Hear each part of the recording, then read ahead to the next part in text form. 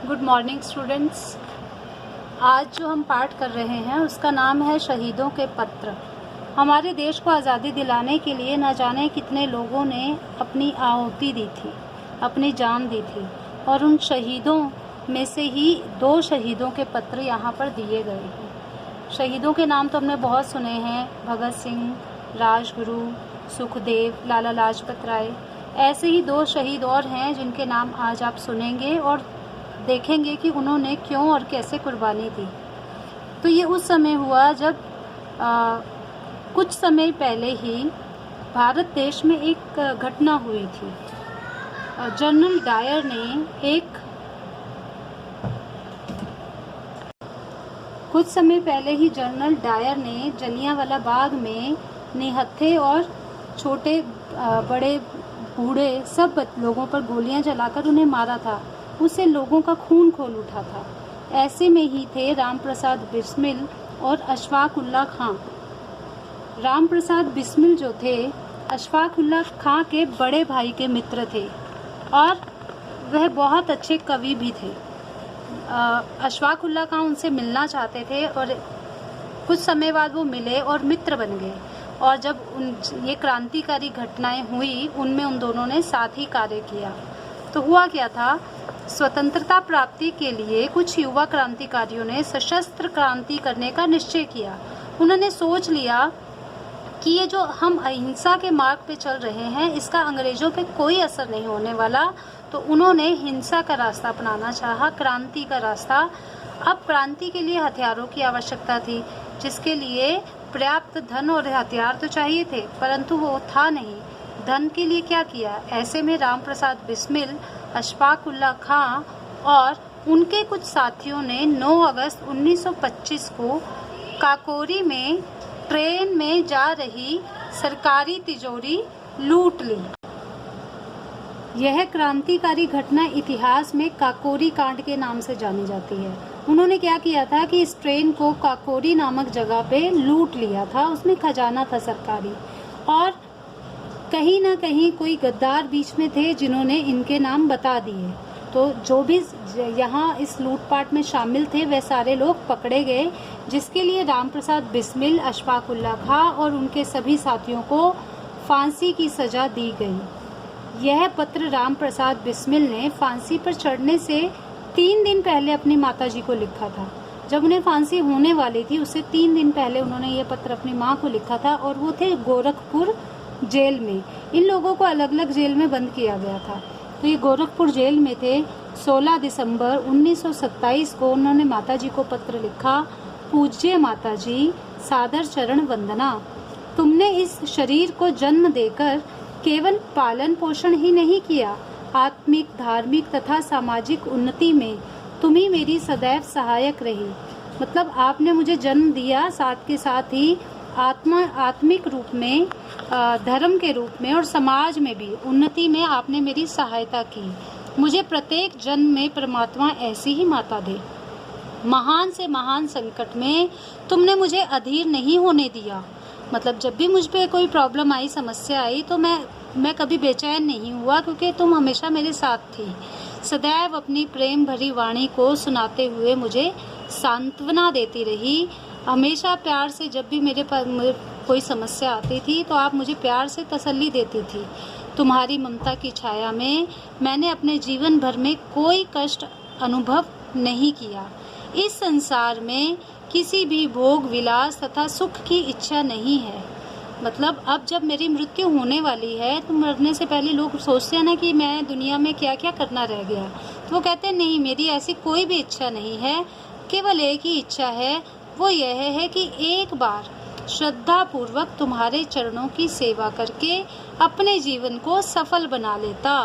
किंतु यह इच्छा पूर्ण होती नहीं दिखाई देती, क्योंकि शीघ्र ही मेरी मृत्यु का संवाद सुनाया जाएगा। उन्होंने बता ही दिया था कि अब मेरी मृत्यु के बारे में आपको खबर आ जाएगी जल्दी ही। तो अब मैं अपनी यह इच्छा पूरी नहीं कर पाऊंगा जो मेरी इच्छा थी आपकी सेवा करने की। माँ, मुझे विश्वास है तुम यह समझकर धैर्य धारण करोगी कि तुम्हारा पुत्र माताओं की माता की माँ भारत माता की सेवा में अपना जीवन समर्पित कर रहा है। माँ तो आप हो ही, लेकिन हम सबकी माँ कौन है? भारत माता। तो मैं उनके लिए अपना तुमने ऐसे पुत्र को जन्म दिया है जिसने अपना जीवन भारत माँ के लिए समर्पित कर दिया है। उसने तुम्हें शहीद की माँ होने का गौरव दिया।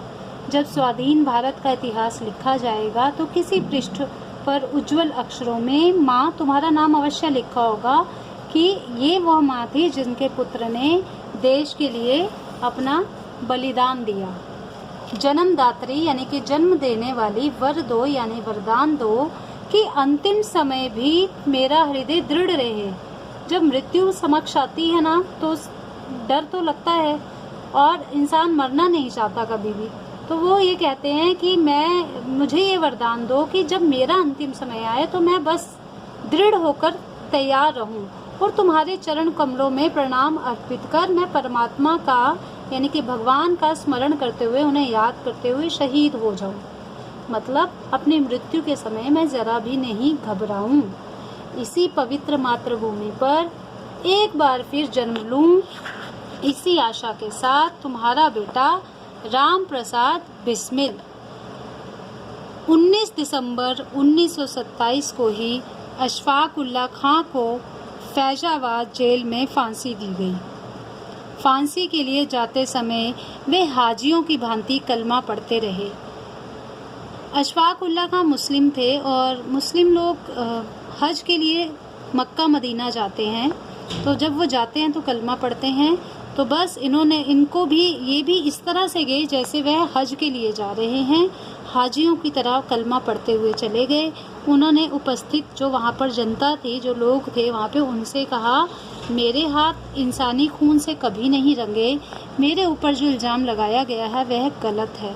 अशफाक उल्लाह खां बहुत अमीर घराने से ताल्लुक़ रखते थे, लेकिन अपने देश की आज़ादी के लिए उन्होंने सब कुछ त्याग दिया और अंत में जब उनकी मृत्यु का समय आया, फांसी का समय आया, तो भी उन्होंने यही कहा था कि मैंने किसी का खून नहीं किया, मैंने किसी को नहीं मारा, मेरे ऊपर गलत इल्ज़ाम लगाए गए हैं।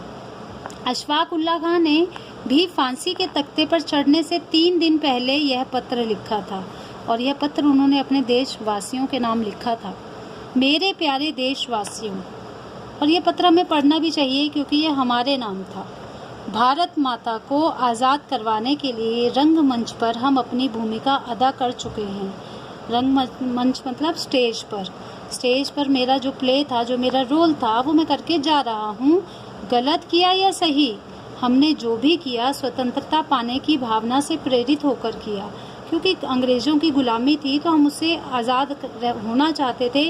हो सकता है कुछ लोगों को गलत लगे, हम अपने निंदा करें या प्रशंसा, कुछ हमारी निंदा बुराई करेंगे, कुछ प्रशंसा यानी तारीफ़ करेंगे, लेकिन एक बात तो है, हमारे दुश्मनों तक को हमारी हिम्मत और वीरता की प्रशंसा करनी पड़ेगी।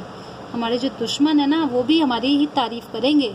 कुछ लोग कहते हैं कि हमने गुलामी को ना सहा और देश में आतंकवाद फैलाना चाहा। अच्छा, ऐसा क्यों कहा होगा किसी ने गुलामी को ना सहा? सिंपल सा रीज़न है, लोगों को 100, 200, 250 वर्षों में गुलाम रहने की आदत ही हो गई थी। वो आज़ादी के लिए लड़ना ही नहीं चाहते थे, उन्हें लगता था जो है बस ठीक है, तो क्यों बेकार में इस तरह की हरकतें यहाँ की जा रही हैं, तो उन्होंने उसे आतंकवाद कहा। पर यह सब गलत है।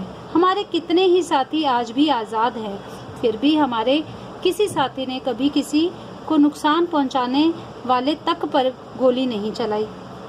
यह हमारा उद्देश्य नहीं था। उनका उद्देश्य क्या था? उनका उद्देश्य था, हम तो आज़ादी हासिल करने के लिए देश भर में क्रांति लाना चाहते थे। अच्छा, ऐसा क्यों क्रांति लाना चाहते थे?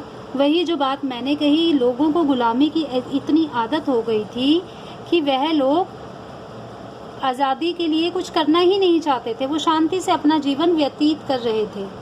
सरकार भी अंग्रेज़ों की और जज भी अंग्रेज़ों के, फिर न्याय की मांग किससे करें? ये उनका मानना था और उनका मानना सच भी था। उन्हें फांसी दी जाती है किसी का खून करने पर, उन्होंने तो किसी का खून नहीं किया, तो उन्होंने सिर्फ एक तिजोरी लूटी थी, तो उन्हें फांसी क्यों दी गई?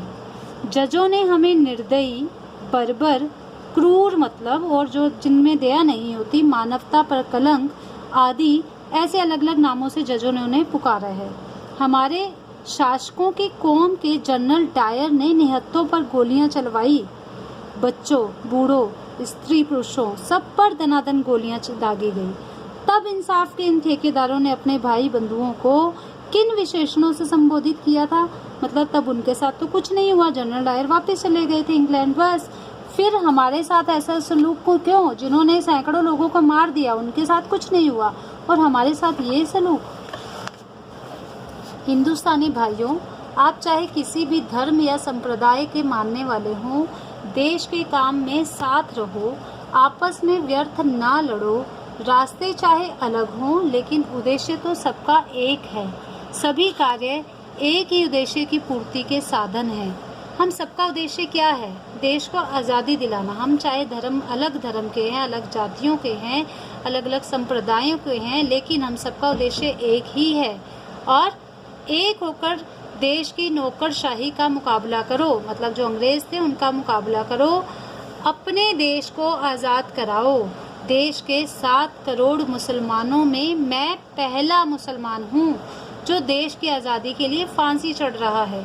यह सोचकर मुझे गर्व महसूस होता है। सभी को मेरा सलाम। हिंदुस्तान आज़ाद हो, सब खुश रहें। आपका भाई अशफाक। तो इस तरह से आप देखेंगे कि आज़ादी के लिए जब जान देने का समय था तो कोई भी घबराया नहीं, हंसते हंसते जान देने को तैयार हो गए। अच्छा, अब कुछ बच्चे मुझे कहते हैं कि प्रश्नों के उत्तर भी करवा दिए जाएं। तो बच्चों, लिखित में उत्तर करवाना पॉसिबल नहीं है, लेकिन मैं आपको मौखिक में कुछ उत्तर बता रही हूँ। बिस्मिल ने माँ को पत्र में यह क्यों लिखा कि स्वाधीन भारत के इतिहास में उनका नाम उज्जवल अक्षरों में लिखा जाएगा? क्योंकि वह एक शहीद की माँ थी। जब एक पुत्र शहीद होता है तो उसकी माँ का नाम उज्जवल अक्षरों में लिखा जाता है। बिस्मिल ने माँ से क्या वर मांगा? बिस्मिल ने माँ से वर मांगा कि मृत्यु के समय भी उनका हृदय दृढ़ रहे, उनके आशीर्वाद से वह घबराए नहीं। उस वक्त अशफाक उल्लाह ने अपना क्या उद्देश्य बताया? उन्होंने उद्देश्य बताया था कि देश के लोगों में क्रांति की भावना जागृत करना। इन पत्रों द्वारा बिस्मिल और अशफाक की किन चारित्रिक विशेषताओं का पता चलता है? तो आप देखेंगे वो दृढ़ निश्चयी थे, बहादुर थे, देशभक्त थे। बहुत सारी विशेषताएं आप पढ़ेंगे तो उन्हें अलग अलग विशेषताएं आपको समझ में आएंगी। बिस्मिल ने अपने पत्र में परमात्मा से प्रत्येक जन्म में ऐसी ही माता पाने की इच्छा क्यों की? ऐसी माँ जो मुसीबत में उनके साथ थी, जिनकी मधुर वाणी से वह अपने सारे दुख दर्द भूल जाते थे, जिन्होंने आत्मिक, धार्मिक और सामाजिक उन्नति में उनकी सहायता की। ऐसी माँ तो हर कोई पाने की इच्छा रखता है, तो बिस्मिल ने भी रखी। अशफाक अपने पत्र में देशवासियों को क्या संदेश दे रहे हैं? अशफाक अपने पत्र में देशवासियों को संदेश दे रहे हैं कि जाति धर्म के नाम पर आपस में न लड़के सब एक हो जाओ और सबका उद्देश्य एक ही है, अपने देश को अंग्रेजों से आज़ाद कराना। पत्र के किस अंश से पता चलता है कि अंग्रेजों की सरकार भारतीयों के साथ न्याय नहीं करती थी?